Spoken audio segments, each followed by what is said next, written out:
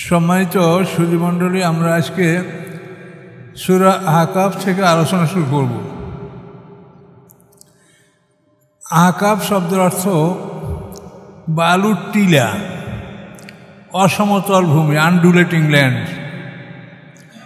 তো এই আহকাফে আদ জাতির বসবাস ছিল, মানে আরব সাগর উপকূলীয় অঞ্চলে এই জায়গাটা। এখানে আদ জাতি বসবাস করত এবং তাফসিরে বলা হয় যে আদ জাতির ওই গ্রুপটাই এখানে বেশি বসবাস করত যারা কাবিলের বংশধর ছিল। হাবিল এবং কাবিল সম্বন্ধে জানেন, আদম আলাইহিস সালামের দুই সন্তান। তো হাবিলকে তো ওই কাবিল মেরে ফেলল। এরপরে সে আকলিমাকে নিয়ে কাবিল এই অঞ্চলে পলায়ন করেছিল। এই অঞ্চলের অধিকাংশ লোক হলো কাবিলের বংশধর। আহকাফ বালুর টিলাসমূহ। আউযু বিল্লাহি মিনাশ শাইতানির রাজিম, বিসমিল্লাহির রহমানির রহিম। হামিম, এটা আয়াতে মুতাশাবিহাত। তানজিলুল কিতাবে মিনাল্লাহিল আজিজিল হাকিম, অবতীর্ণ কিতাব আল্লাহর পক্ষ থেকে, যিনি অপ্রতিরোধ্য ক্ষমতার মালিক এবং কৌশলী। তার সীমাহীন ক্ষমতা আছে এবং সাথে সাথে কৌশলও তিনি জানেন। মা খালাকনাস সামাওয়াতি ওয়াল আরদা ওয়া মা বাইনাহুমা ইল্লা বিল হক। আল্লাহ বলেন, সৃষ্টি করি নাই আমি সপ্ত আকাশ, সপ্ত জমিন এবং যা কিছু আছে উভয়ের মধ্যে, ইল্লা বিল হক, ব্যতীত যে এর মাধ্যমে সত্যকে প্রতিষ্ঠা করব। সত্য হচ্ছেন আল্লাহ। আল্লাহর পরিচয় প্রতিষ্ঠা করার জন্যই আল্লাহ এই আকাশ পৃথিবী এবং তার মাঝে যা কিছু আছে এগুলো সৃষ্টি করছে। এই সৃষ্টি সম্বন্ধে আপনি চিন্তা করলেই আপনার চিন্তাটা এমন একটা স্থানে গিয়ে থেমে যাবে যে আপনি আর আগাতে পারছেন না। তখনই আপনি এই আল্লাহ বা আল্লাহর অস্তিত্ব এটা মানতে আপনি বাধ্য থাকবেন যে একজন মহাশক্তিশালী এগুলো করেছে। কোনো একটা জিনিস চালক ছাড়া চলতে পারে না। এই জন্য এই মহাবিশ্ব, এটারও চালক আছে। মহাবিশ্বে কোটি কোটি, তার চাইতে আরও বেশি কত গ্রহ নক্ষত্র, এগুলি গতিপথে চলে, কিন্তু কোনোদিন অ্যাক্সিডেন্ট করে নাই, দুর্ঘটনা ঘটেনি। এর জন্য যে ড্রাইভার, যে পরিচালক, সে কত দক্ষ, কত নিপুণ, কত সুন্দরভাবে তিনি এটা করতে পারছেন। দেখেন, তারকাগুলি সম্পর্কে বিজ্ঞানীরা বলেছেন যে একটা তারকা হতে আর একটা তারকার দূরত্ব হলো সবচাইতে নিকটতম যেটা, সেটা হলো 6 পিঠে 12 মাইল ফাঁকা দূরত্ব। যেমন আমাদের পৃথিবী থেকে চন্দ্রের দূরত্ব, চন্দ্র থেকে অন্যান্য গ্রহের দূরত্ব, এরকম একটা প্রত্যেকটার মধ্যে একটা দূরত্ব আছে। এই দূরত্বটা সবচাইতে কম যেটা, সেটা হলো 6 পিঠে 12 মাইল। এইভাবে মহাকাশকে আল্লাহ তাআলা সাজিয়ে রেখেছেন এবং মহাকাশের কোনো জায়গা ফাঁকা নাই। মহাকাশের যে বিশাল স্পেস, এটা কিন্তু ফাঁকা না। এটা প্রত্যেকটা গ্রহ নক্ষত্রকে একটা এরিয়া দিয়ে ভাগ করে দেওয়া আছে। আমাদের পৃথিবীর সীমানা ওই গ্র্যাভিটি পর্যন্ত, এর উপরে আমাদের সীমানা নাই। এর উপরে যদি কোনো জিনিস নিক্ষেপ করা হয় তো সেটা চাঁদে দিয়ে পড়বে, আর ওই গ্র্যাভিটির এদিকে যদি কোনো জিনিস নিক্ষেপ করে এটা পৃথিবীর উপরে পড়বে। তো এইভাবে প্রত্যেকটা গ্রহ নক্ষত্রের জন্য একটা সীমানা নির্ধারণ করা আছে আকাশে। এইভাবে মহাকাশের সমস্ত জায়গাগুলি আল্লাহ তাআলা গ্রহ নক্ষত্রের বাড়ি হিসাবে এটাকে বন্টন করে দিয়েছেন। এটাকে বলা হয় বুরুজ, যেটাকে ইংলিশে বলা হয় ম্যানশন অফ স্টার্স, তারকাদের বড় বড় বাড়ি। আপনার বাড়ি এবং ঘর তো এক জিনিস না। আপনার বাড়িটা মনে হয় 5 বিঘের উপর বাড়ি, তার মধ্যে হয়তো আপনার 5% আপনার ঘর। তা আমাদের এই পৃথিবীটা আমাদের ঘর, কিন্তু এর বাড়িটা কত বড়, এর যতখানি স্পেস ততদিকে এটা তার বাড়ি।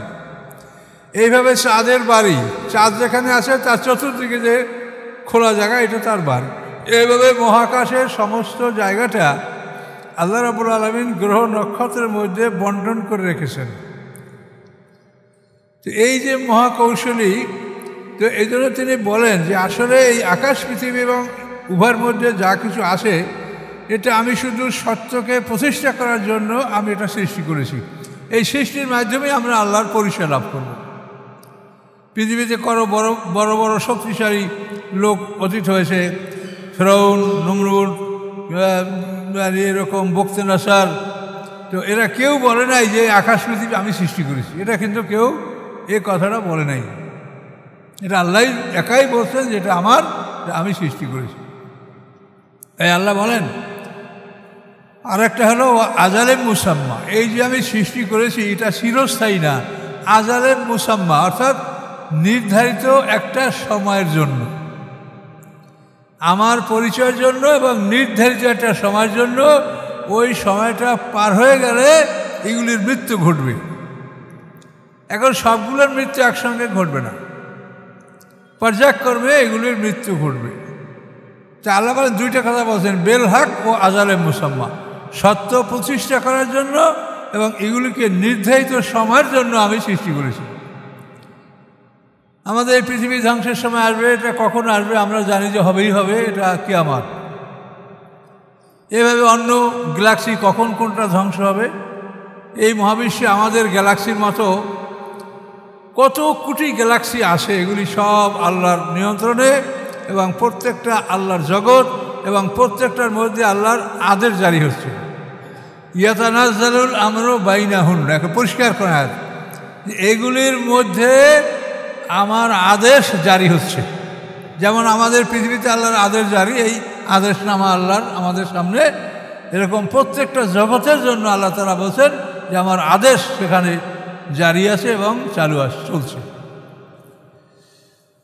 তো এই মহাবিশ্বের এই সমস্ত চিন্তাভাবনার মাধ্যমে আমরা আল্লাহর অস্তিত্বকে খুঁজে পাব। আর আল্লাহর অস্তিত্বকে পাওয়ার সবচাইতে বড় মাধ্যম হলো এই আল কোরআন। এই কোরআনে যা বলা হয়েছে আপনি অবাক যে এতটুকু একটা বইয়ের মধ্যে এত জ্ঞান। কই পৃথিবীতে কত লেখক, তো আমরা তো 520 একটা বই লেখা কোরআনের একটা আয়াতের সমকক্ষ জ্ঞানের মধ্যে আমরা আনতে পারি না। 1000 পৃষ্ঠা একটা বই লেখে কোরআনের একটা আয়াতের জ্ঞান, তা আমার 1000 পৃষ্ঠা বইয়ের মধ্যে নাই। এই যে মহাজ্ঞানের মহাকৌশল, এই কোরআন হচ্ছে প্রমাণ যে আমি আল্লাহ আছি, তার প্রমাণ হচ্ছে কোরআন। যদি এই কোরআন আমার না হইয়া তোমাদের হয়ে থাকে, যদি আমার না হইয়া মুহাম্মদ সাল্লাল্লাহু আলাইহি ওয়াসাল্লাম রচনা করে থাকে, তোমরা কোরআনের মতো কোরআন রচনা করো, পারো নাই, ফেল। তারপর 10টা সূরা রচনা করো, পারো নাই, ফেল। তারপর তোমরা একটা সূরা কাউসারের মতো একটা সূরা রচনা করো, তোমরা পারো নাই, ফেল। শেষ পর্যন্ত আল্লাহ বললেন কি, ফাইল্লাম তাফারু আলাম তাফারু, তোমরা এখনও পারো নাই, ভবিষ্যতেও পারবে না। কাজেই ফাত্তাকুন নার আল্লাযী ওয়াকুদুহান নাস ওয়াল হিজারা। মুসাইলামা কাযযাব, এ তো ভণ্ড নবীদের সর্দার। ওর কাছে আরবরা গেছিল যে তোমাকে আমরা নবী মানব কীভাবে? মুহাম্মদ সাল্লাল্লাহু আলাইহি ওয়াসাল্লাম নবী, সে তো সূরা কোরআনে আয়াতগুলি আমাদের সূরাচ্ছে খুব সুন্দর, তুমি যদি নবী হও তুমি আমাদেরকে একটা সূরা নাযিল করে শোনাও। এবং এই কাউসারের চ্যালেঞ্জের জন্যই তার কাছে গেছিল মুসাইলামা কাযযাব। তো এখন বলছে যে আমাকে সময় দেন, আমি এটা করবো। সূরা একটা করলো কি, ইয়া আবার ইন্নামা আনতা উজনানি ওয়া সাদার ওয়া সাইরুকা হাকারা ফাকার। এটা হলো মুসাইলামা কাযযাবের সূরা। তো আপনারা আরবি না বুঝলেও বুঝছেন যে কোরআনের ভাষার সাথে আর কোনো মিল নেই। কোরআনের ভাষা কত সুন্দর, ইমামরা হাফেজরা পড়ে কত সুন্দর মধুর মতো লাগে। এইরকম ভাষা কিন্তু হাদিসও কিন্তু এরকম লাগবে না। আপনি কোরআন যেভাবে মধুর সুরে পড়তে পারেন, হাদিস পড়তে পারবেন এভাবে কখনোই না। তাহলে আপনি বিভিন্ন দিক থেকে পরীক্ষা করলে আপনি নিশ্চিত হবেন যে কোরআন আল্লাহর বাণী। কোরআন হাদিস তো পাশাপাশি দুটোই, এটা আরবি ভাষা, ওটা আরবি ভাষা, কিন্তু এইরকম সুর ছন্দ কি আছে? নাই। তাহলে কোরআন আল্লাহর বাণী। তো এখন এই মুসাইলামা কাযযাবের সূরাটার অর্থ কি? হে ইঁদুর, হে ইঁদুর, তোমার আছে কান ও দিল। ইঁদুরে খুব কানে শোনে, চোখে দেখে ঝাপসা, শব্দ পাইলেই পালায়, কান খুব স্ট্রং কান ইঁদুরের। হে ইঁদুর, হে ইঁদুর, হ্যাঁ তোমার আছে কান ও দিল, এছাড়া তোমার মধ্যে আর কিছু নাই। সাইরুক হাকারা ফাকার, সবগুলোই তুচ্ছ তো ছিল যোগ্য, তোমার মধ্যে আর কিছু নাই। এখন আরবের লোকেরা বলে যে তুমি আমাদের মানিজ্য সব নষ্ট করেছো, তুমি আর কিছু পেলে না, একটা ইঁদুরের কথা তুমি বললে। তাহলে ওই জন্যই কোরআনের সমকক্ষ একটা আয়াত রচনা করার ক্ষমতা সারা পৃথিবীর জিন ও ইনসানের নাই। কাজী আল্লাহর প্রমাণ হলো আল কোরআন।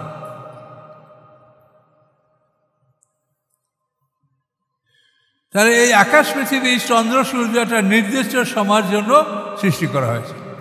বিজ্ঞানীরা বলেছে যে সূর্য যেদিকে চলছে, সূর্যের গন্তব্যস্থল যেটা সূর্য যেখানে যে থামবে সেটার নাম হলো সোলার অ্যাপেক্স। তো এভাবে সূর্য যদি 10,000 কোটি বছর চলতে থাকে, মরিস বুকাইলি তার পরিসংখ্যানটা বলছেন, বিজ্ঞানী মরিস বুকাইলি, যে এভাবে সূর্য যদি 10,000 কোটি বছর চলতে থাকে তাহলে সে তার গন্তব্যস্থল সোলার অ্যাপেক্সে গিয়ে উপনীত হতে পারবে। তো তার আগেই, অনেক আগেই কিয়ামত হবে, এটা সুনিশ্চিত ইনশাল্লাহ।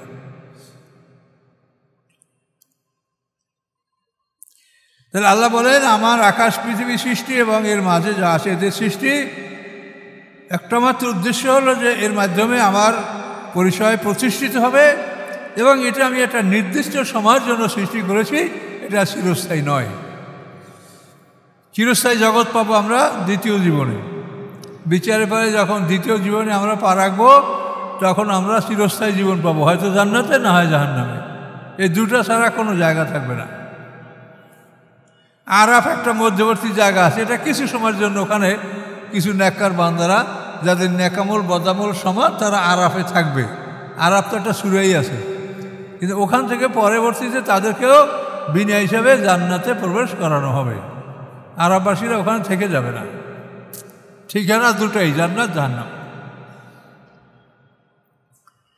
ওয়াল্লাযীনা কাফারু আম্মা উনযিরু মুরিদুন, এবং যারা অবিশ্বাসী তাদেরকে যা হতে সাবধান করা হয় তারা তার থেকে ফিরে থাকে। তাদেরকে আগুন, জাক্কুম, এই তিনাতুল খাবাল, এই যে মানে জাহান্নামীদের দেহ নির্যাস, পচা পুজ, রক্ত পানি পান করানো হবে, তামার মতো কঠিন গরম পানি পান করানো হবে, এই যার থেকে তাদেরকে ভয় দেখানো হয় ওরা ফিরে থাকে। তার থেকে ওরা ভয় পায় না, ওদের অন্তরে ভয় আসে না। 1 কাপ গরম চা খাইলে একটা মানুষের মৃত্যু ঘটে যায়। 1 কাপ চায় একটা মানুষের মৃত্যু ঘটে, আর সেখানে গরম পানি পান করানো হবে কাল মহলে গলিত তামা। তামা গলাতে যে পরিমাণ তাপ লাগে ওই পরিমাণ উত্তপ্ত পানি মানুষকে পান করা হবে। ইয়াগলি ফিল বুতুনে গালিয়াল হামিম, এবং এই জাক্কুম গাছ খাওয়ানোর পরে তারপরে এই গরম পানি খাওয়ানো হবে। সেজি গাছ, জাক্কুম গাছ, ক্যাকটাস, ফণিমনসা, লাকফিন্ডি, বিভিন্ন ভাষা বিভিন্ন অঞ্চলে এই গাছটাকে পালন করা হয়। 3 শিরে একটা মোটা এরকম গাছ, 3 দিকে কাটা, খোসা দিলে দুধের মতো বিষাক্ত কষ বের হয়। এটা জাহান্নামীদের প্রধান খাদ্য। ইন্না সারাতা জাক্কুম। আল্লাহ বলেন ওদেরকে যার থেকে সতর্ক করা হয় তার থেকে ওরা সতর্ক হয় না, বরং এই সতর্ক বাণী থেকে তারা ফিরে থাকে। কুল, আপনি বলুন, আর তোমরা কি মনে করো, মা তাদউনা মিন দুনিল্লাহ, আল্লাহর পরিবর্তে তোমরা যাদেরকে ডাকো, আরোনি, আমাকে দেখাও। আল্লাহ বলছেন আমাকে দেখাও, মা খালাকু, তারা কি সৃষ্টি করেছে, মিনাল আরদে, পৃথিবী হতে। এই পৃথিবী বিশাল, এতে তো অনেক কিছু আছে, পাহাড় আছে, নদী, সমুদ্র, অনেক কিছু, আগ্নেয়গিরি। তারা এই পৃথিবীর কোনটা সৃষ্টি করছে আমাকে দেখাও। কথা বলতে পারছেন? মুর্শিদের কালা বলছে যে তোমরা যে মূর্তি বানাইয়া, মূর্তির জন্য এত তোমাদের মায়া, এই মূর্তিকে প্রতিষ্ঠিত রাখার জন্য তোমরা আল্লাহ রসুলের সাথে কত বছর যুদ্ধ করেছো? বলতে গেলে আল্লাহ নবুয়ত থেকে আরম্ভ করে 14 বছর পর্যন্ত। হিজরতের আগেও তো আল্লাহ রসুল কঠিন সংগ্রামের মধ্যে জীবন পার করেছেন। 8ম হিজরিতে মক্কা, তাহলে 14 তো না হলো 8ম হিজরি, আর এদিকে হলো হিজরত হলো 13, নবুয়তে 13-10, তাহলে 21 বছর, তাহলে প্রায় 21 বছর। নবুয়ত থেকে 13 বছর পরে হলো হিজরত, আর হিজরতের পরে 8 বছর, 13 + 21। এত সময় তারা এই মূর্তিকে প্রতিষ্ঠিত রাখার জন্য তাদের জান মাল সব কিছু দিয়ে তারা যুদ্ধ করেছে। কি মূর্তিকে প্রতিষ্ঠিত রাখতে হবে। এই মূর্তি কত দরদের মূর্তি তাদের, দেখেন। আল্লাহ বলেন, হে রাসূল আপনি বলেন, তোমরা কি মনে করো, মা তাদউনা মিন দুনিল্লাহ, তোমরা যাদেরকে ডাকো আল্লাহর পরিবর্তে, আরও নেই। আল্লাহ বলেন, আমাকে দেখাও, মাজা খালাকুম মিনাল আরদ, পৃথিবী হতে তারা কি সৃষ্টি করেছে। তারা কি নদী সৃষ্টি করছে, না সমুদ্র বানিয়েছে, না পাহাড় তৈরি করছে, না খনিজ সম্পদ সৃষ্টি করছে, কি করছে দেখাও। আমলাম শিরকুন ফিস সামাওয়াতে, অথবা এই আকাশের মধ্যে কি তাদের কোনো অংশ আছে। তোমার দেবদেবীরা কোন আকাশের মালিক, সপ্ত আকাশের 1 নম্বর 2 নম্বর কোনটার মালিক বলো। এই কথার কি জবাব আছে কিছু? কোরআনের কথার কোনো জবাব নাই, কিন্তু মানুষ তারপরও শয়তানের পরামর্শে গায়ের জোরে এটাকে উপেক্ষা করছে। আল্লাহ বলেন, ইতুনি বি কিতাবিম মিন ক্বাবলি হাযা, এই কিতাবের পূর্বের কোনো কিতাব আমার কাছে নিয়ে আসো। সেই সব কিতাবে তোমাদের মূর্তি পূজার পক্ষে কোনো সমর্থন আছে কিনা দেখো। আছে কোনো কিতাবে? সমস্ত কিতাবের এক বাণী, লা ইলাহা ইল্লাল্লাহ। আর আসারাত মিন ইলম, আসার মানে পিছনে, জ্ঞানের পিছনে জ্ঞান, মানে অর্থাৎ যে জ্ঞানটা একের পর এক পৃথিবীতে চালু হয়ে আসতেছে। আদম আলাইহিস সালাম থেকে সন্তানদের মধ্যে, তারপর তার সন্তান, এইভাবে আসার মানে পিছন। তো যে জ্ঞানগুলি একের পর এক পৃথিবীতে আসতেছে, এইসব জ্ঞানের মধ্যেও কি তোমাদের পক্ষে কোনো সমর্থন আছে? এইসব কিতাবগুলি তোমাদের কার্যকর্ম সমর্থন করে? কোনোটাই না। ইন কুনতুম সাদিকিন, যদি তোমরা সত্যবাদী হয়ে থাকো তো আমার এই কথার জবাব দাও। অমান আদাল্লু, কে সবচাইতে বেশি পথভ্রষ্ট, মেম্মান তার চেয়ে, ইয়াদুনা মিন দুনিল্লাহি, যারা আল্লাহ ছাড়া অন্যদেরকে ডাকে। আল্লাহ ছাড়া অন্যদেরকে যারা ডাকে, তাদের চাইতে ভুল পথে কে আছে? মাল্লাম ইয়াস্তাজিবু লাহু ইলা ইয়াউমিল কিয়ামা, এবং যাদেরকে ডাকে কিয়ামত পর্যন্ত তারা এদের ডাকে সাড়া দিবে না। কি কিয়ামত পর্যন্ত ওরা ডাকে সাড়া দিবে? তাহলে কেন তোমরা এগুলা করছো? অহমান দুআহিম গাফিলুন, বরং তারা এদের আহ্বান থেকে গাফেল। এরা যে তাদেরকে ডাকে তারা জানে না, বুঝে না। মূর্তিকে ডাকে কি না ডাকে, মূর্তি কি বুঝবে? আল্লাহ বলেন যে এরা, তাদের এই মাবুদরা তাদের আহ্বান হতে গাফেল। ওয়াইযা হুশিরান নাসু কানু লাহুম আ'দা, এবং যখন সমস্ত মানুষ একত্রিত হবে, তখন এই দেবদেবীরা, যাদের জন্য তোমরা ধন সম্পদ জীবন বিসর্জন দিয়েছ, তারা তোমাদের শত্রুতে পরিণত হবে। তোমরা এদেরকে এত আদর করে লালন পালন করেছ, কিন্তু এরা শেষ পর্যন্ত কী হবে? তোমাদের শত্রুতে পরিণত হবে। ওয়াকানু বিইবাদাতিহিম কাফিরিন, এবং তারা তাদের ইবাদতকারীদের ইবাদতকে অস্বীকার করবে। কাফারা মানে অস্বীকার করা। তাদের ইবাদত যারা করত, এই ইবাদতকে তারা অস্বীকার করে, বলে তোমরা আমাদের ইবাদত করো নাই, করছো কিনা আমরা জানি না। ওয়াইযা তুতলা আলাইহিম আয়াতুনা বাইয়িনাত, যখন তেলাওয়াত করা হয় তাদের উপরে আমার আয়াতগুলি স্পষ্ট পরিষ্কার। ক্বালাল্লাযিনা কাফারুল হক্কে লাম্মা জাহুম, তখন বলে কাফেরগণ সত্যকে, যখন এই সত্য তাদের কাছে আসে, কি বলে? হাযা সিহরুম মুবিন, এটা স্পষ্ট জাদু। তারা জাদু বলে এটাকে প্রত্যাখ্যান করে, এটাকে গ্রহণ করে না, শয়তানের পরামর্শগুলি। আল্লাহ বলেন, আম ইয়াকুলুনা ইফতারাহু, অথবা তারা কি বলে যে মুহাম্মদ সাল্লাল্লাহু আলাইহি ওয়াসাল্লাম এটা রচনা করেছে, মুহাম্মদ সাল্লাল্লাহু আলাইহি ওয়াসাল্লাম বানিয়েছে, তার বানানো এই কথাগুলি। কুল, আপনি বলুন, ইন ইফতারাইতুহু, যদি আমি এটাকে নিজে রচনা করেই থাকি, ফালা তামলিকুনা লি মিনাল্লাহি শাইআ, তাহলে তোমরা আল্লাহর মোকাবেলায় আমার কোনো উপকার করার ক্ষমতা রাখো না। আমাকে আল্লাহ শাস্তি দেবেন, এটাকে তোমরা কোনোভাবে রদ করতে পারবে না। ওয়া আ'লামু বিমা তুফিদুনা ফি, আল্লাহ বলেন তিনি ভালো জানেন তোমরা যা কিছু বর্ণনা করছো, যা কিছু বলছো, আল্লাহ ভালো জানেন। আকাফা বিহি শাহিদাম বাইনি ওয়া বাইনাকুম, এবং তোমাদের মাঝে আমাদের মাঝে সাক্ষী হিসাবে আল্লাহ যথেষ্ট। এই বানানোর উপরে তো ওই কথাগুলোই বলা হয়েছে যে পুরা কোরআন শরীফ তোমরা বানাও, জিন ইনসান সবাই মিলে 10টা সূরা নিয়ে আসো, ফাতিবি আশারে সুয়ারে মিসলি মুফতারিয়াত, এরকম বানানো 10টা সূরা তোমরা বানাও। কাজে সবগুলি উত্তর আল্লাহ কোরআনে দিয়েছেন।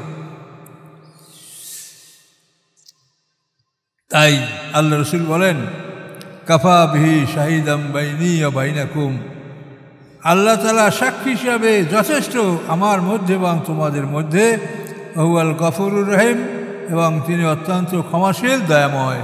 তোমরা যদি তওবা করো, ফিরে আসো, আল্লাহ তোমাদের তওবা কবুল করবেন, ক্ষমা করবেন। কুল মা কুনতু বিদআম মিনার রসুল, আপনি বলেন যে আমি কোনো নূতন রসুল নই, তিনি তো শেষ রসুল, শেষ নবী। আল্লাহ বলছেন যে আপনি তাদেরকে বলেন যে আমি কোনো নূতন রসুল নই, যে আমি আসছি আর কেউ আমার আগে আসে নাই, আমি বলছি আর কেউ বলে নাই, এরকম না, আমি নূতন রসুল নই। আমা আদরি মা ইউফআলু বি ওয়ালা বিকুম, এবং আমি জানি না কি করা হবে আমার সাথে এবং কি করা হবে তোমাদের সাথে, এটা আমার জানা নাই। এটা বিচারের পরে দেখা যাবে যে কী করা হয়েছে। ইন আত্তাবি ইল্লা মা ইউহা ইলাইয়া, আমি শুধু উহারই অনুকরণ করি যে আমার প্রতি ওহী আসে, আমার প্রতি যা ওহী আসে, নির্দেশ আসে, আমি এটারই অনুকরণ করি, এর বাইরে আমি কিছুই করি না। আমি জানি না তোমাদের কি অবস্থা হবে। আমা আনা ইল্লা নাযিরুম মুবিন, এবং আমি তোমাদের জন্য স্পষ্ট ভয় প্রদর্শনকারী ছাড়া আর কিছু নই। শুধু আমি তোমাদেরকে সতর্ক করব, তোমাদেরকে আমি ভয় দেখাবো, এটা আমার দায়িত্ব।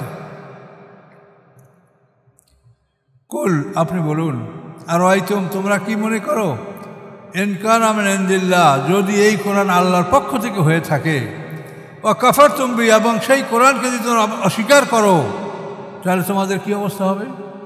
তোমরা বলো যে এটা মুহাম্মদ সাল্লাল্লাহু আলাইহি ওয়াসাল্লাম করেছে, কিন্তু যদি এই কোরআন আল্লাহর পক্ষ থেকে হয়ে থাকে আর তোমরা সেটাকে অস্বীকার করো, তাহলে কি শাস্তি তোমাদের হবে? ওয়া শাহিদা শাহিদুম মিন বানি ইসরাঈলা, এবং একজন সাক্ষী দিল বনি ইসরাঈলদের মধ্যে হতে। এই বনি ইসরাঈলদের মধ্যে হতে কোরআনের পক্ষে যে সাক্ষী দিল তার নাম হচ্ছে আব্দুল্লাহ ইবনে সালাম। আল্লাহ রসুল মদিনে আসেন, শুনে আল্লাহু আকবার বলে চিৎকার করেছেন তিনি, এবং আল্লাহ রসুলের কাছে হাজির হয়ে বনি ইসরাঈলদের খুব বড় আলেম ছিলেন, তিনি ইসলাম গ্রহণ করেছেন। যে আল্লাহ বলেন, বনি ইসরাঈলদের একজন সাক্ষী এই কোরআনের পক্ষে সাক্ষী দিল আলা মিসলিহি, এই কোরআনের বিবরণের উপরে। মাসাল মানে বিবরণ, মাসালুল্লাযিনা কাফারু, কাফেরদের বিবরণ, কাফেরদের পরিচয়। এখানে এই মিসলিহি মানে কোরআনের বিবরণের উপরে তিনি সাক্ষী দিয়েছেন যে কোরআনের যাবতীয় বিবরণ সত্য। এটা কিন্তু বিভিন্ন শব্দার্থে বিভিন্ন রকম অর্থ লিখেছে, খুব কম লোকই এটা সঠিক অর্থ লিখতে পেরেছে, জায়গাটা কঠিন। অনুরূপ সাক্ষী দিয়েছে, তো অনুরূপ সাক্ষী বলতে কি বোঝায়? অনুরূপ না, এটা হলো বিবরণ। মাসালুম কামাসালিল্লাযী ইসতাওকাদা নার, অর্থ কি? তাদের দৃষ্টান্ত, তাদের বিবরণ ওই ব্যক্তির মতো যে আগুন জ্বালালো। এখানে মাসাল মানে কোরআনের বিবরণের উপরে তিনি সাক্ষী দিয়েছেন যে কোরআনের যাবতীয় বিবরণ সত্য। আমানা, এবং তিনি ঈমানও এনেছেন ওই আব্দুল্লাহ ইবনে সালাম। ওয়াস্তাকবারতুম, আর বনী ইসরাঈলদের তোমরা অহংকার করলে। ইন্নাল্লাহা লা ইয়াহদিল কওমাজ জালিমিন, নিশ্চয়ই আল্লাহ তাআলা জালেম সম্প্রদায়কে পথ প্রদর্শন করেন না। পথ প্রদর্শন করেছেন, তোমরা যখন প্রত্যাখ্যান করেছো তখন জোর করিয়া তোমাদেরকে পথ প্রদর্শন আল্লাহ করবেন না। ওয়াকালাল্লাযীনা কাফারু লিল্লাযীনা আমানু লাউ কানা খায়রাম মা সাবাকুনা ইলাইহি। দেখেন কত বড় অহংকার। কাফেররা বলে মোমেনদেরকে, লাউ কানা খায়রান, এই ইসলামের মধ্যে, দ্বীনের মধ্যে যদি কোনো কল্যাণ থাকতো, মা সাবাকুনা ইলাইহি, এটা আমাদেরকে অতিক্রম করে মুহাম্মদ সাল্লাল্লাহু আলাইহি ওয়াসাল্লামের কাছে যাইতো না, আমাদের কাছে আগে আসতো। কেন? আল্লাহ দুনিয়ায় আমাদেরকে ধন সম্পদ সব কিছু দিয়েছে, কাজে ইসলামের মধ্যে যদি কল্যাণ থাকতো যেটা আমাদের কাছেই আসতো। কাজে আমাদের কাছে যখন আসে নাই, তাই আমরা এটা মানি না, আমরাই ভালো, আমাদেরকে দুনিয়া আল্লাহ ভালোবাসেন বলেই তো আমাদেরকে ধন সম্পদ দিয়েছেন। ওয়াইজলাম ইহতাদু বিহি, এবং যখন তারা কোরআন দ্বারা হেদায়েত গ্রহণ করল না তখন ফাসায়াকুলুনা, অচিরেই তারা বলবে হাযা ইফকুন কাদিম, এটা পূর্ববর্তীদের মিথ্যা রচনাসমূহ। এটা কাফেররা এভাবে বলবে। অমিন ক্বাবলিহি কিতাব মূসা, এর আগে অতীত হয়েছে মূসা আলাইহিস সালামের কিতাব। আল্লাহ একটু পিছন থেকে বলছেন, এর আগে ইনজিল গেল, জবুর গেল, তারপরে আরও পিছনে মূসা আলাইহিস সালামের কিতাব। মূসা আলাইহিস সালাম হলেন রাসূলদের মধ্যে প্রথম রাসূল। তাওরাত কিতাব তার উপরে নাযিল হয়েছে। দ্বিতীয় রাসূল হলো দাউদ আলাইহিস সালাম, জবুর কিতাব তার উপরে নাযিল হয়েছিল। তো তাওরাত কিতাব নাযিল হয়েছে ইব্রানি ভাষায়, আর দাউদ আলাইহিস সালামের কিতাব নাযিল হয়েছে ফামুন, তামুন, জায়দুন, আসা, এই চারটা অ্যাব্রিভিয়েশন। ফামুন, ফা আইন মিম, ফোরকান আরবি ভাষায় মোহাম্মদ সাল্লাল্লাহু পরে। তামুন, তা আইন মিম, তাওরাত ইব্রানি ভাষায় মূসা আলাইহিস পরে। জায়দুন, জবুর ইউনানি ভাষায় দাউদ আলাইহিস পরে। তো দাউদ আলাইহিস সালামের উপরে যে কিতাব নাযিল, এটা ইউনানি ভাষা, গ্রিক ভাষায় কিতাব নাযিল হয়েছে। আসা, আলিফ সিন আইন। তো ইনজিল ঈসা আলাইহিস সালামের পরে সুরিয়ানি ভাষায় আসা। তো ইনজিল সুরিয়ানি ভাষায় ঈসা আলাইহিস সালামের পরে। তো এই চারটে শব্দ মনে রাখতে পারলে আমরা দেখেন ভুলে যাই, কিন্তু এই চারটে শব্দ মনে থাকলে আর ভোলার সম্ভাবনা নাই। ফামুন, তামুন, জায়দুন, আসা, তাহলে চারটে আসমানি কিতাব চারটে ভাষায় নাযিল হয়েছে। কাজেই পৃথিবীর সমস্ত মানুষের জন্য যে হেদায়েত দরকার, দাওয়াত দরকার, সেভাবেই আল্লাহ তাআলা দাওয়াত দেন, শুধু আরবি ভাষায় দাওয়াত দেন নাই। পৃথিবীর সব বড় বড় ভাষাগুলি, এই বড় বড় ভাষাগুলিতে মাধ্যমেই আল্লাহ তাআলা চারটা বড় কিতাব নাযিল করেছেন। তা আল্লাহ বলেন অমিন ক্বাবলি কিতাব মূসা, এর আগে ছিল মূসা আলাইহিস সালামের কিতাব। ইমামা, লিডার, নেতা, এই কিতাবগুলি নেতা, পথ প্রদর্শক। যেমন ইমামকে আমরা অনুসরণ করি, আমরা এই কিতাবকেও সেরকম অনুসরণ করব। এই জন্য এই কিতাব বলা হয়েছে ইমাম। এই কিতাবটাই লিডার, আপনার নেতা, একে আপনি মেনে চলেন। ও রাহমা, এবং এই কিতাব দয়া। ও হাজা, এটা হলো মূসা আলাইহিস সালামের কিতাব শুনে বলে তাওরাত। ও হাজা কিতাবুন, এই কিতাব হলো কোরআন। হাজা কিতাবুন, এই কিতাব মুসাদ্দিকুল, এটা মুসাদ্দিকুন মানে অনুমোদনকারী, অর্থাৎ পিছনের কিতাবগুলিকে সে অনুমোদন করে, কনফার্ম করে, স্বীকৃতি দেয় যে ওগুলি আসমানি কিতাব। লিসানান আরাবিয়্যা, এবং এটা আরবি ভাষা। লিউনজিরাল্লাযিনা যালামু, যাতে মুহাম্মদ সাল্লাল্লাহু আলাইহি ওয়াসাল্লাম সতর্ক করতে পারেন তাদেরকে যারা অত্যাচারী, যারা জালেম। বুশরা লিল মুহসিনিন, এবং এই কিতাব সুসংবাদ সৎকর্মশীলদের জন্য। ইন্নাল্লাযিনা ক্বালু রাব্বুনাল্লাহু সুম্মা ইসতাকামু, নিশ্চয়ই যারা বলে আমাদের রব আল্লাহ, সুম্মা ইসতাকামু, তারপরে এর উপরে স্থির থাকে, ফালা খাউফুন আলাইহিম ওয়া লা হুম ইয়াহজানুন, তাদের উপরে কোনো ভয় নাই এবং তারা দুশ্চিন্তাগ্রস্ত হবে না, দুঃখিত হবে না। বিরাট কথা। আমার রব আল্লাহ, দেখেন কি কথাটা আল্লাহ বলেছেন। নিশ্চয়ই যারা বলে রব্বুন আল্লাহ, আমাদের রব হচ্ছেন আল্লাহ। রব মানে কি? যিনি আমাদের জীবনের সব কিছু সরবরাহ দেন এবং যথা সময়, যথা প্রয়োজনে, যথা পরিমাণে তিনি সরবরাহ দেনের নাম হচ্ছে রব। আল্লাহ বলেন যারা বলে আমাদের রব আল্লাহ, সুম্মা ইসতাকামু, এরপরে এই কথার উপরে তারা স্থির থাকে, ফালা খাউফুন আলাইহিম, তাদের উপরে কোনো ভয় নাই, দুনিয়াতেও না, পরকালেও না, ওয়া লা হুম ইয়াহজানুন, এবং তারা দুঃখিত হবে না, দুশ্চিন্তাগ্রস্ত হবে না।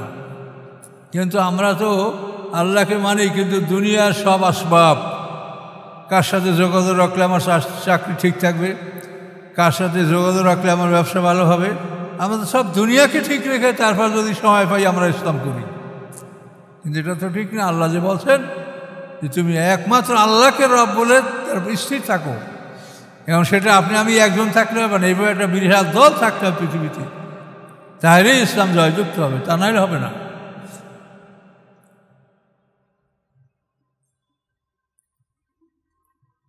উলাইকা আসহাবুল জান্নাহ, এরা মানে কারা? যারা বলে আমাদের রব আল্লাহ এবং এর উপর স্থির থাকে, জালেমদের দিকে মোটেও ঝোঁকা যাবে না। কোরআনের অন্য আয়াতে আল্লাহ বলেছেন, ওয়ালা তারকুনাল্লাযীনা যালামু ফাতামাসসাকুমুন নার, সম্ভবত সূরা হুদে আয়াত আছে। আল্লাহ বলছেন, হে রাসূল, জালেমদের দিকে বিন্দু মাত্র আপনি ঝুঁকবেন না, সোজা থাকেন। ফাস্তাকিম কামা উমিরতা, আপনাকে যেভাবে আদেশ দেওয়া সেভাবে আপনি সোজা থাকেন, একটুকু ঝুঁকবেন না ডান বামে। আমান তাবা মাক, এবং যারা আপনার সাথে আল্লাহর পথে ফিরে এসেছে তারাও এভাবে থাকবে। কাজে সেই কথা বিবেচনা করলে আমাদের কি আছে? আমরা আলেম ওলামা সব সময় সুযোগ সন্ধান করে আমরা নিরাপদে আমাদের সময়টা পার করে আসছি। কখনোই আমরা বিপদের সম্মুখীন হইনি। হয়েছে এই যে বড় বড় হুজুর দল, এরা কখনো বিপদের সম্মুখীন হয় যখনই যে দল হয় ওই দলের পিছনেই নাড়ায় থাকবি। কাজে এটা আপনি দুনিয়ার মানুষকে ফাঁকি দেন, আল্লাহকে ফাঁকি দেওয়ার কোনো ক্ষমতা আপনার নাই। দেখবেন সেদিন যে আসলে আমরা কি করেছি। এই যে আয়াতগুলি আল্লাহর কোরআনের, যে একটুকু ঝুঁকবে না ডানে বামে, সোজা থাকবে। ফাস্তাকিম কামা উমিরতা। চার ইমামের চতুর্থ ইমাম হলেন কি নাম ওনার? হাম্বল, আহমদ ইবনে হাম্বল। আহমদ ইবনে হাম্বল একটা কথার জন্য 18 বছর জেল কাটছে। এই যে বসে জালেমদের দিকে মোটেও ঝুঁকবে না, একটা কথা। সেটা কি? ওনার আমলে সরকারি আলেম ছিল মুতাজিলা। এটা আমি বিস্তারিত বলতে পারবো না, আমার বই 7 নম্বর বই পড়বেন, তাহলে বুঝবেন যে মুতাজিলা কারে বলে, সুন্নি কারে বলে, শিয়া কারা বলে, কাকে বলে। এটা ওই কিতাবটা পড়তে হবে আপনাদের। তো ওই সময় এই মুতাজিলা আলেম যারা, এরা ছিল সরকারি আলেম। এখন মুতাজিলা বলে কোরআন হচ্ছে আল্লাহর মাকলুক, আর আহমদ ইবনে হাম্বল বলে যে কোরআন হচ্ছে আল্লাহর আদেশ, এটা মাকলুক না। যেটা আল্লাহর আদেশ সেটার কোনো পরিবর্তন হয় না, ধ্বংস হয় না, এটা এভাবে আসছে, এভাবেই থাকবে। এটা আল্লাহর আদেশ। আমর, খালক এবং আমর, সৃষ্টিতে দুইটা ভাগ বিভক্ত। খালক হলো আমরা, এই যে আমাদের দেহ, এটা হল খালক। আর এর মধ্যে যে রুহু আছে, নফস, এটা হলো আমর। খালক এবং আমর দুইটা মিলে আমরা মানুষ। এখন খালক এবং আমর তো এক জিনিস না। খালকের ধ্বংস আছে, আমাদের দেহটা ধ্বংস হবে না, কিন্তু আমাদের নফস রুহু কি ধ্বংস হবে?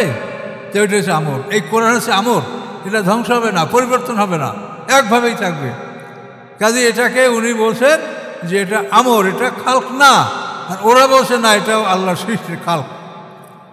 এই কথা অমান্য করার কারণে আহমদ ইবনে হাম্বল 18 বছর জেল খেটেছেন।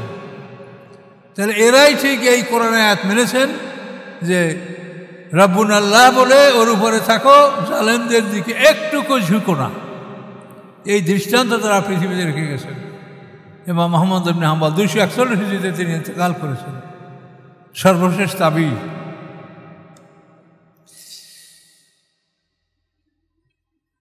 তাহলে যারা এই কথার উপর স্থির থাকবে তাদের ভয় এবং দুশ্চিন্তা থাকবে না। উলাইকা আসহাবুল জান্নাহ, তারা জান্নাতের অধিবাসী হবে। খালিদিনা ফিহা, সেখানে তারা অনন্তকাল থাকবে। জাযাম বিমা কানু ইয়ামালুন, এটা পুরস্কার তাদের আমলের, তাদের কর্তব্যের পুরস্কার হিসাবে তারা এই অনন্তকালের জান্নাত পাবে এবং কোটি কোটি বছর পর্যন্ত সেখানে জান্নাতবাসীরা বেঁচে থাকবে।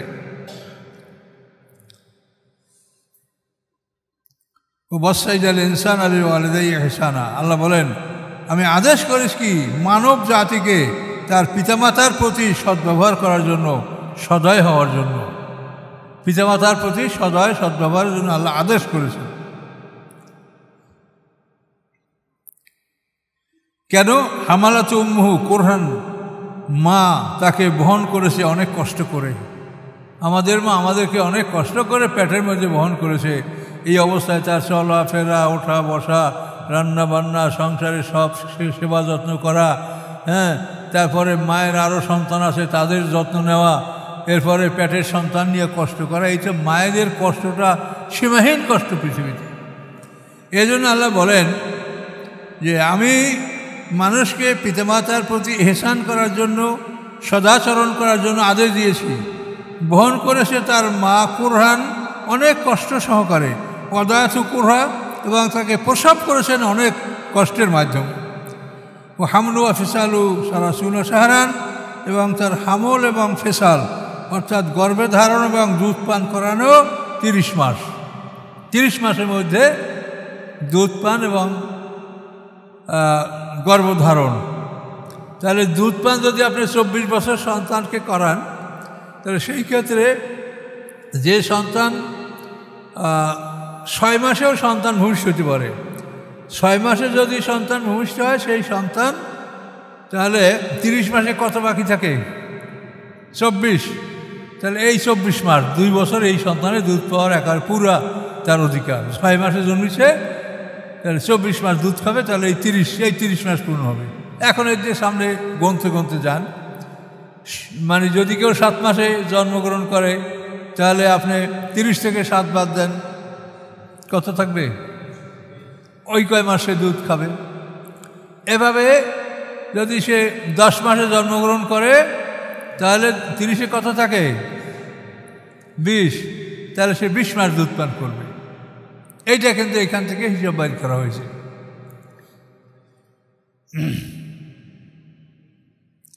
হাতে যা বালাগা আশুদ্ধ, এরপর যখন সে তার আশুদ্ধ অর্থাৎ শক্তিশালী জীবনে যখন উপনীত হয়, বালাগার বাইনা সালাতান, এবং 40 বছর বয়সে উপনীত হয়, কলা তখন সে বলে রব্বি আউযি'নি, হে আমার রব, আমাকে আপনি তৌফিক দান করেন, আন আশকুরা নি'মাতাকা, আমি যেন আপনার নিয়ামতের শুকরিয়া আদায় করতে পারি, আল্লাতী আন'আমতা আলাইয়া, যে নিয়ামত আপনি আমাকে দান করেছেন, ওয়া আলা ওয়ালিদাইয়া, এবং ওই নিয়ামতেরও যেন আমি শুকর আদায় করতে পারি, যে নিয়ামত আপনি আমার পিতামাতার উপরে দান করেছেন, ওয়া ন'আমাল সালেহা, এবং আমি যেন ভালো কাজ করতে পারি, এমন ভালো কাজ তার দাহু, যে ভালো কাজগুলি আপনি পছন্দ করেন, ওয়াসলিহি ফি যুররিয়াতি, এবং সংশোধন করুন আমাকে আমার সন্তানদের মধ্যে, অর্থাৎ আমাদের সন্তান যা আছে এদেরকে আপনি সৎপথে পরিচালনা করুন।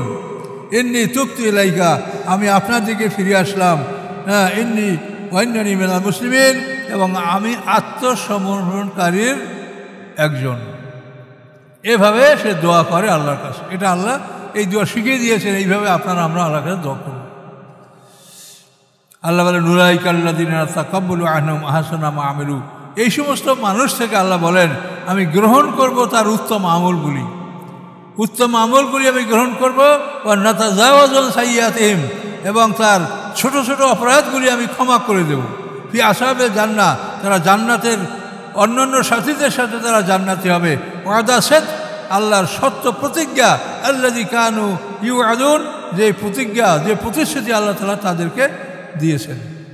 তাহলে এইভাবে যারা ভালো মানুষ, তাদের আল্লাহ ভালো আমলগুলি গ্রহণ করবেন আর ছোটোখাটো অপরাধগুলি ক্ষমা করে দেবেন। সাইয়াত মানে সগীরা। আর যদি বড় গুনার অভ্যাস থাকে কারো, সেটা থেকে তওবা করতে হবে। জানি কারো নেশার অভ্যাস বা অন্য কোনো খারাপ অভ্যাস, সুদের কারবার, নেশা, এই ধরনের যেগুলো হারাম, এগুলির থেকে তওবা করতে হবে। আর ছোটোখাটো গুনাহ যে আমাদের চলাফেরা, কথা বসা, ওঠা বসা হয়ে থাকে, এগুলি আল্লাহ তাআলা আমাদের ইবাদতের মাধ্যমেই এগুলা মাফ করে দেবেন। যেমন আমরা নামাজ পড়েছি, উজু করেছি, এই উজু করার পানিতে এই পানির সাথে গুনাহ ঝরে, এবং আবু হানিফা রাহমাতুল্লাহ বসে যে উজুর পানি নাপাক, উনি বলছেন যে ওটার থেকে যে গুনাহ ঝরে তা দেখতে পাওয়া যাচ্ছে, কাজে গুনাহ হলো নাপাক, কাজে উজুর পানি মুছে ফেলা ওইটা নাপাক। এটা তাদের একটা মানে আধ্যাত্মিক জ্ঞান ছিল বেশি, তারা এটা অনুভব করছে, আমরা তো দেখি না। কিন্তু তারপরও আমলে, নেকামলে যে গুনাহ ঝরে যায় এটা সত্য, ঝরবে কিন্তু সগীরা গুনাহগুলি। এবং কোরআনে আল্লাহ বলেছেন ইন তাজতানিবু কাবায়রা মা তুনহানা আনহু, যদি তোমরা নিষিদ্ধ বড় বড় পাপগুলি বর্জন করো, তো নুকাফির আনকুম সাইয়্যাতিকুম, আমি তোমাদের ছোট ছোট গুনাহগুলি ক্ষমা করে দেব। আর নুদখিলুকুম মুদখালান কারিমা, এবং আমি তোমাদেরকে সম্মানিত স্থানে প্রবেশ করাবো। এটা আল্লাহর ঘোষণা। কিন্তু আমাদের দলগুলি কি জানেন, আমি শুনি অবাক, এই যে জামার কলার এইটা যারা দিবে, আরেক দলে বলে যে এটা ভালো না, এরা মানে সুন্নি না, এরা অন্য দল। আমি তো জানতামই না। এ নিয়েও জামার কলার কেমনি হবে এই নিয়ে দল, টুপি কেমন হবে এই নিয়ে দল।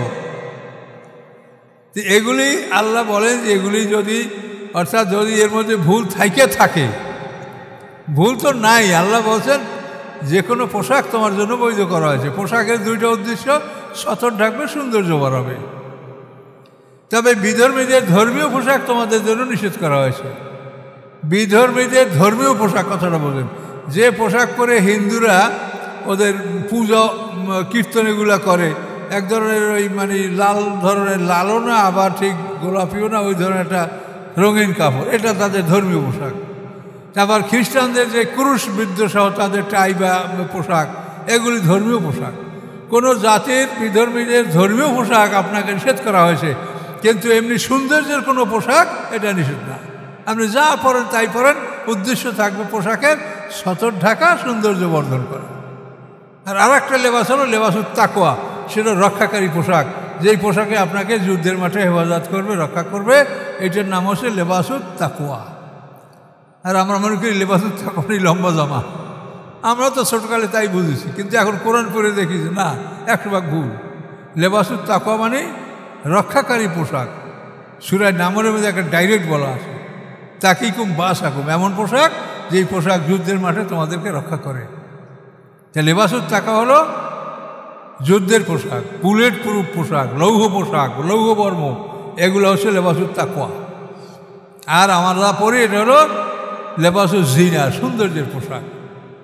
কাজে আমরা সমাজে এইসব জিনিস নিয়ে বাড়াবাড়ি করি, কার দাড়ি খাটো, কার দাড়ি লম্বা, কার জামার কলার কেমন, কে কীরকম টুপি পরে। এই জন্য এক এক দলের এক একটা নিশানা, এই টুপি পরলে এরা এই দল তৈয়ার হইয়া যায় না আল্লাহর কাছে। এইগুলা নিয়ে আপনার দল করছেন, এগুলি মারাত্মক ভুল। সতর্ক হন। নামাজে আমিন আসতে বলার, জোরে বলার জন্য কি দুই দল হবে? হ্যাঁ, আসতে বললে আল্লাহ কি শোনে কি শোনে না? তা আল্লাহ দুটোই শোনে। তো এটা নিয়ে তো দল হতে পারে না। আপনি যদি মনে করেন যে জোরে বলার কথা আপনি বলেন, কিন্তু এই জন্য তো আপনি দল করতে পারেন না যে আসতে যারা বলে ওদের সাথে আমি নাই। দললিন আর জললিন দ্বারা কি এটা দল হয়? কারণ হাত উপরে নিচে বাঁধা নিয়ে কি দল হতে পারে? এগুলি নিয়ে যারা দল করে তারা শয়তানের পক্ষে কাজ করছে, এবং এদের পিছনে বিরাট শয়তানি বাহিনী কাজ করছে। এগুলি নিয়ে দল করার কোনো অধিকার আপনাকে আল্লাহ দেন নাই। এগুলি সবই ঠিক আছে, এগুলো তো কোনো ফরজ আমল না। কাজে এই জন্য আল্লাহ বলছেন যে এই সমস্ত ক্ষেত্রে কে ঠিক কে ভুল সেটা আমি আল্লাহ ভালো জানি, হাসরের ময়দানে আমি তোমাদের ফয়সালা দিব। এগুলি নিয়ে তোমরা বাড়াবাড়ি করো না, এতে পাপ হইলেও আমি মাফ করে দেব। ছোট গুনাহ এগুলো, যদি গুনাহ হয় তো ছোটো গুনাহ, বড় গুনাহ হবে না। তো ঠিক আছে, ইনশাল্লাহ আমরা এই পর্যন্ত রাখলাম, যে হলো আপনার 16 নম্বর আয়াত পর্যন্ত আমরা গেলাম ইনশাল্লাহ, শুরু করে 16 থেকে 16। আসসালামু আলাইকুম।